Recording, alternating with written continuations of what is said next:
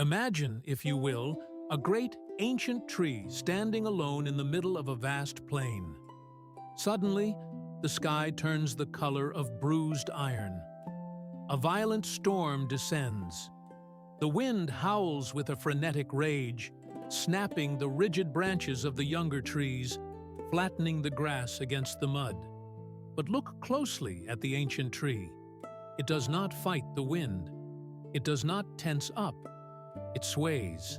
It allows the violence of the storm to pass through its leaves, dancing with the chaos rather than resisting it. Because it offers no resistance, it remains unbroken. The storm passes, and the tree settles back into a silence that feels even deeper than before. We often believe that strength is a wall, a rigid barrier that blocks the world. But the ancients understood that true strength is not a wall. It is space. There is a parable from the old Taoist Master Zhuangzi that illuminates this truth perfectly. He asks us to imagine a man crossing a river in a small boat. Suddenly, he sees another boat coming down the current, drifting straight toward him. He shouts, "Steer away! Turn aside!" But the boat keeps coming. It crashes into his vessel. The man explodes in anger, cursing the incompetence of the other pilot. But then, he looks closer and realizes the other boat is empty. It simply drifted loose from its moorings. Instantly, his anger vanishes. The collision was exactly the same. The impact on the wood was the same. But the anger dissolves because there is no one to blame. There is no other to fight. This reveals a subtle but terrifying truth about our lives. The negative energy that crashes into us, the insults, the stress, the chaotic noise of the world, is always an empty boat. It only hurts us because we are not empty. We are full of self. And this brings us to the bridge of our current reality. We do not drift on quiet rivers. We navigate a digital vortex, a voragem of endless information and demands. We sit in open-plan offices where the air hums with anxiety. We sit at dinner tables where unspoken resentments float like invisible smoke. We doom-scroll through screens that bleed the suffering of the entire world directly into our nervous systems. We have become emotional sponges. We walk through our days absorbing everything. We come home at night, not physically exhausted from plowing fields, but spiritually crushed. We feel the heavy residue of a co-worker's aggression, the sticky tar of a stranger's road rage, the sharp glass of a family member's criticism. We carry it all. Society tells us there are only two options. Ignore it, which is a form of suppression that rots us from the inside, or fight back, which only feeds the fire with more oxygen. Both leave us drained. But there is a third way. A way of becoming transparent. A way to let the storm pass through you without leaving a single broken branch. To stop absorbing the poison of the world, we must understand the physics of the soul. To understand why we feel so heavy, we must first understand what an emotion actually is.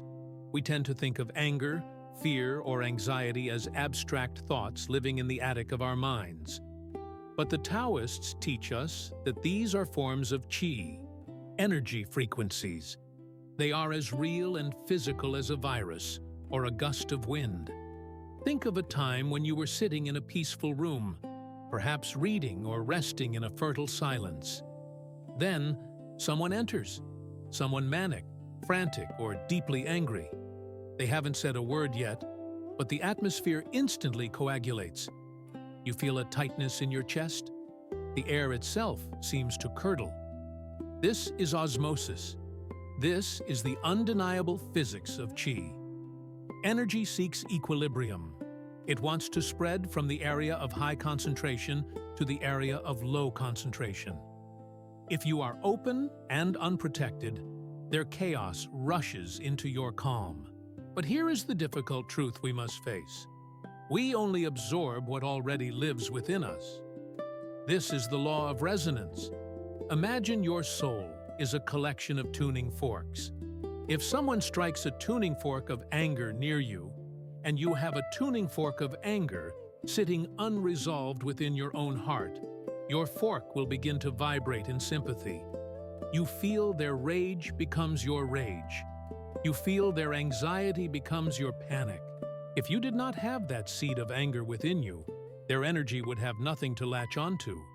It would simply pass through, like sound waves through the air, finding no surface to land on. This is why we get so defensive when someone insults us. It is not the insult itself that hurts. It is the resonance. The insult wakes up a sleeping insecurity we have been trying to hide. As the old master Lao Tzu reminds us in the Tao Te Ching, we are vessels. Mold clay into a vessel. It is the empty space that makes it useful. But for most of us, the vessel is not pristine. It has hairline cracks, cracks of past trauma, cracks of the need for approval, cracks of fear. When we are submerged in the toxic waters of a stressful environment, the negativity seeps in through these cracks. We think we are empaths, absorbing the world's pain, but often, we are simply resonating with the frequencies we haven't healed in ourselves. So, how do we stop this bleeding? We begin with the shield of awareness. The moment you feel that sudden drain, that heaviness washing over you in a meeting or a crowd, you must anchor yourself. You must name the phenomenon. Internally, you say, "This turbulence is external. It is not my chi." By distinguishing the foreign energy from your own, you break the circuit of resonance. You refuse to vibrate in time with the chaos. You observe the storm, but you do not become the storm. Once we understand that energy travels like a wave, we must look at what it hits. Why does the arrow of negativity stick to us? Why does a rude comment linger in our minds for 3 days, festering like a wound? It sticks because it hit a target. And that target is the ego. Let us return to the river and the empty boat. When the boat collides with yours, if you believe there is a driver, someone who intentionally disrespected you, someone who thinks you are small, you explode. Your ego, your sense of self-importance, has been bruised. But if the boat is empty, you simply steer around it. The event is a physical inconvenience, not an emotional catastrophe. The secret to immunity is to realize that everyone is an empty boat.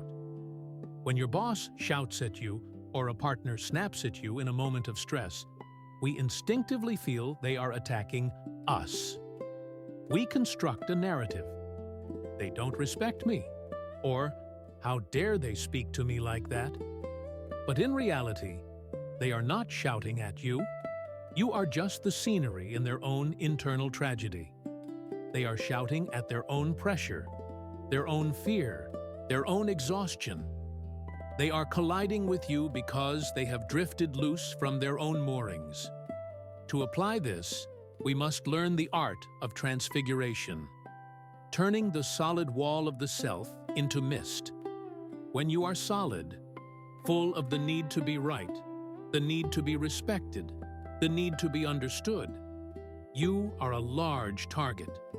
You are a wall. When the arrow hits a wall, it shatters the stone. We spend so much of our lives trying to patch these holes in the wall, trying to defend our reputation or our point of view. But what if you were not a wall?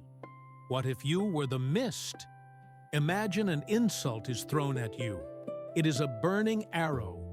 If you are mist, the arrow flies straight through your chest. It encounters no resistance. It hits the tree behind you. You remain untouched. This is the Taoist concept of Wu, or emptiness. Practically, this manifests in the trap of importance. We absorb negativity because we engage with it. We feel we must correct the stranger on the internet. We must have the last word in the argument to prove our worth. This is a frenetic waste of life force.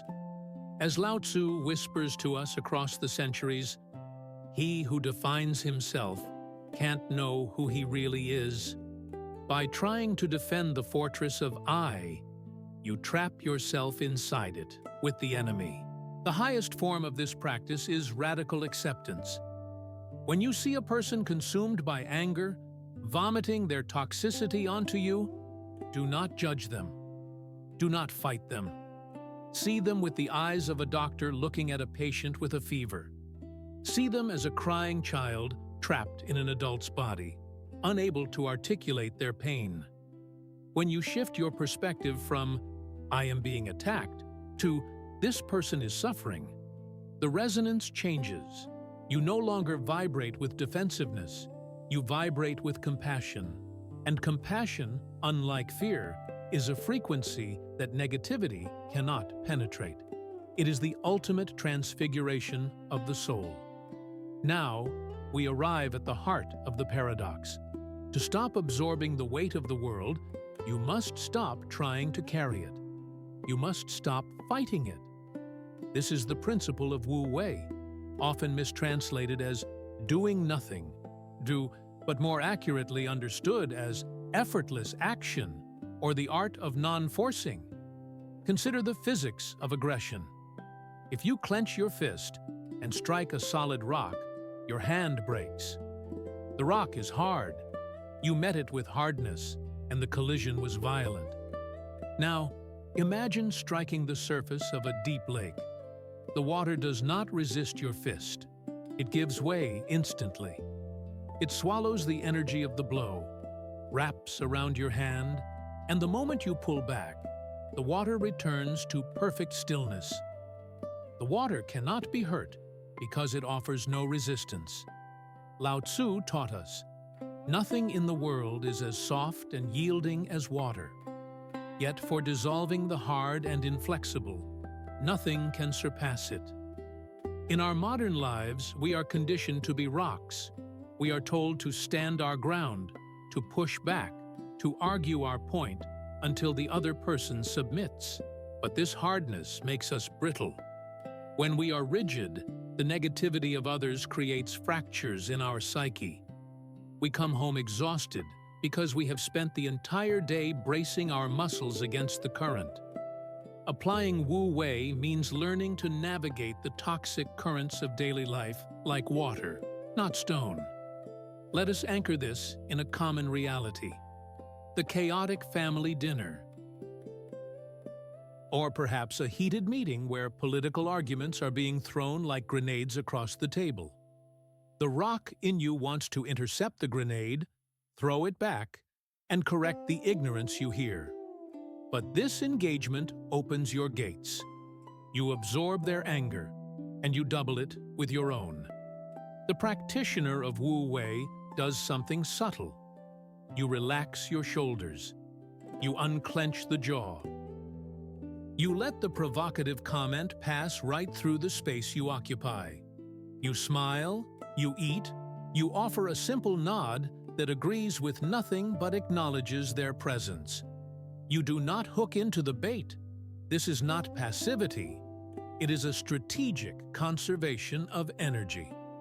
By refusing to provide the friction they seek, you deny the negativity a place to land. You will watch, almost like a magic trick, how their aggression fizzles out when it meets no resistance. This is the flow around the obstacle. When a river meets a boulder, it does not argue with the rock. It does not try to convince the rock to move. It simply flows around it, eroding it over centuries with patience, not force. If a conversation, a relationship, or a job becomes a blockage, a boulder in your stream, do not smash yourself against it. Pivot. Change the subject. Leave the room. Let the flow take you elsewhere. The ultimate weapon of Wu Wei is the silence.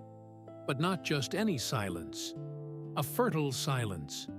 When someone attacks you with rude words, They expect a recoil. They expect the ping-pong game of argument. When you respond with a long, deep, calm pause, you break the rhythm. You become a mirror. In that silence, their own words hang in the air, echoing back to them. They are forced to hear the ugliness of what they just said, while you remain pristine. You have not absorbed their chaos. You have allowed them to keep it. However, even the master of non-resistance cannot survive in a sewer forever. If Wu Wei is how we handle the energy that reaches us, we must also look at what we invite in. We must speak of guarding the gate. Our spirit has an immune system, just like our body. But in this age of hyperconnection, we are suffering from an autoimmune disease of the soul. We are purposefully ingesting toxins that weaken our energetic field. 500 years ago, the Tao Te Ching warned us, the 5 colors blind the eye, the 5 tones deafen the ear, the 5 flavors dull the taste. Lao Tzu was speaking of the dangers of sensory overstimulation. If he could see us now, staring into our glowing rectangles for 6 hours a day, he would weep.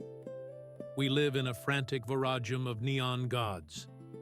We wake up and immediately open the gates of our mind to the tragedies of the entire planet. Before we have even brushed our teeth, we have absorbed a war on a distant continent, the anger of a stranger on Twitter, and the artificial perfection of an influencer on Instagram. We call this staying informed. The Taoist calls it poisoning the well. Every image you consume is a seed. If you plant seeds of outrage, fear, and inadequacy in the morning, do not be surprised when you harvest a crop of anxiety in the afternoon. You cannot eat garbage and expect to be healthy. You cannot consume chaos and expect to have peace. This requires a new discipline: conscious consumption. You must curate your sensory inputs with the same ruthlessness that you would use to guard a nursery. If an account on social media makes you feel inadequate or angry, unfollow it. It is not a source of news.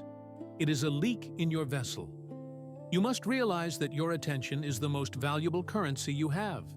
Do not spend it on things that rot your spirit.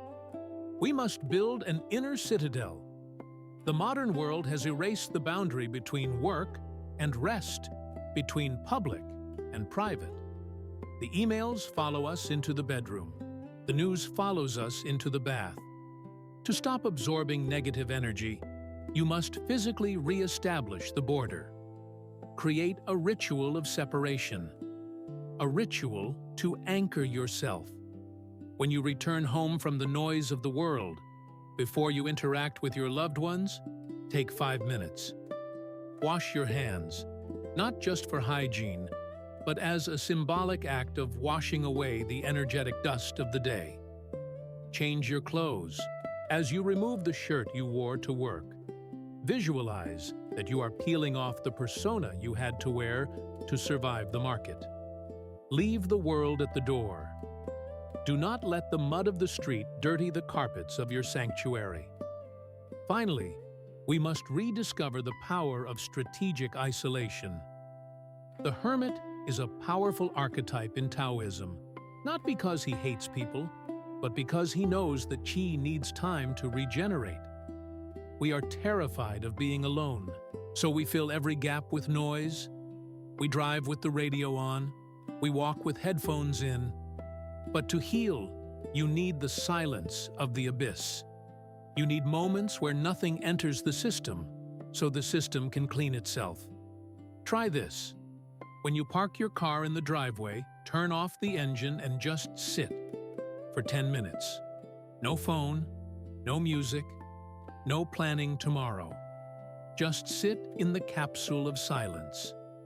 Let the sediment settle. In this brief pause, you dissipate the static charge you have accumulated. You are fasting from the world, and in that fast, your natural immunity returns. If we are to walk through the fire of the modern world without getting burned, we must study the nature of the mirror. Zhuangzi, the great sage of freedom, told us, "The perfect man uses his mind like a mirror. It goes after nothing. It welcomes nothing. It responds, but does not store."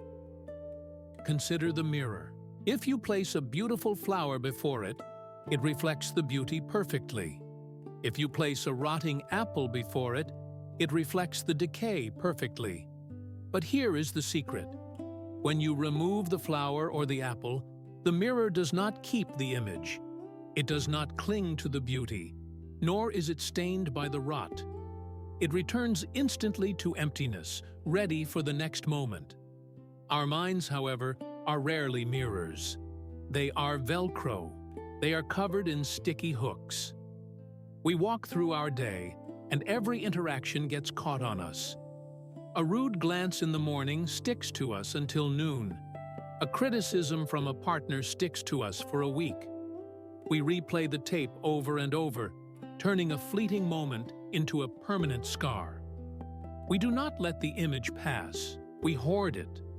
We must cultivate the mirror mind, especially in our relationships.